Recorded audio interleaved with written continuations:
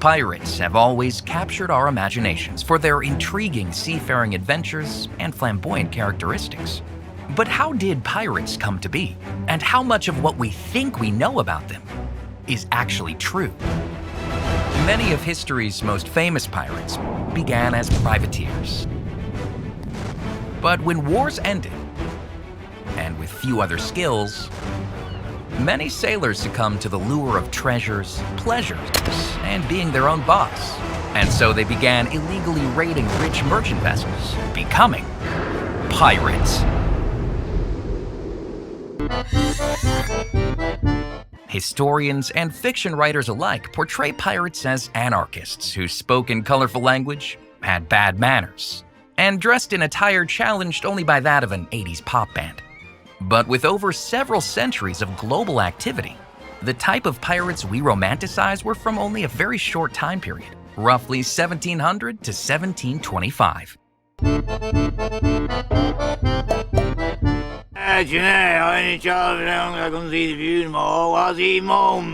If you've ever mimicked pirate speak by gutturally belting out "Arr" or "Avast," you'd be historically incorrect and probably be asked to leave the job interview. Pirates never really spoke like that. In turn, nobody knows exactly how pirates spoke because they rarely wrote down their vernacular speech. In the English West Country, R was an affirmation.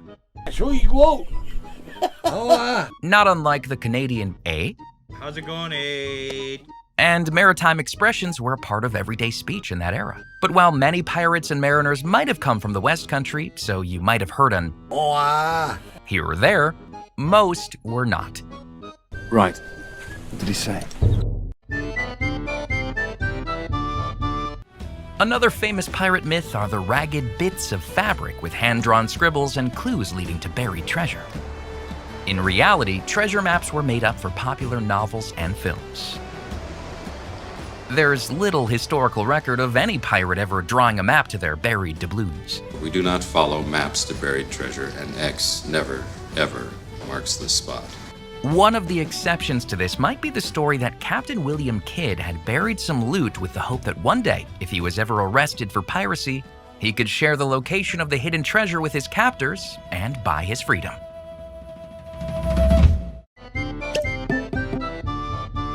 In an era that presumably coined the phrase, "careful or you'll poke an eye out with that thing," the eye patch was not necessarily the resulting fashion accessory of a violent injury.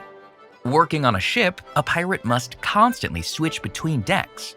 Above, where navigation and sailing takes place, and below, to fetch supplies and man weapons during a battle, where there were no windows and, at best, a few flickering candles. Let me see. By covering one eye with a patch, that eye is left in a dark adaptive state. This means that when the pirate is on deck working in the blazing sun, the eye is guarded against it. When they step into the darkness below deck, the patch can be switched to the other eye, and instantly the pirate will be able to find their way around.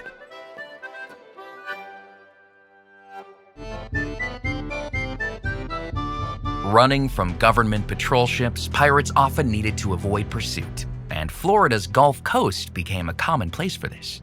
Its many bays, rivers, inlets, and marshes provide perfect hideouts.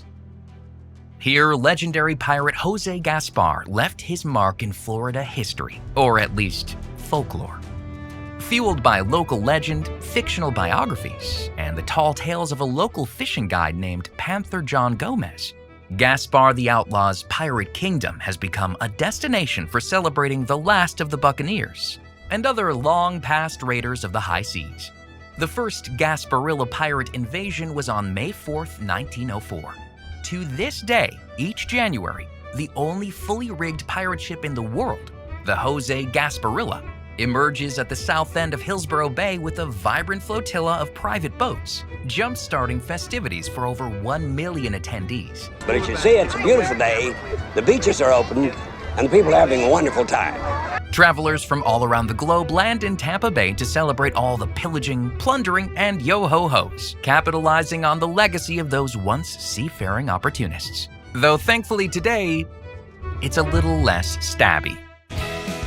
That's just a few of the common pirate myths. Which did you find most interesting, and would you like to know more? Let us know in the comments section.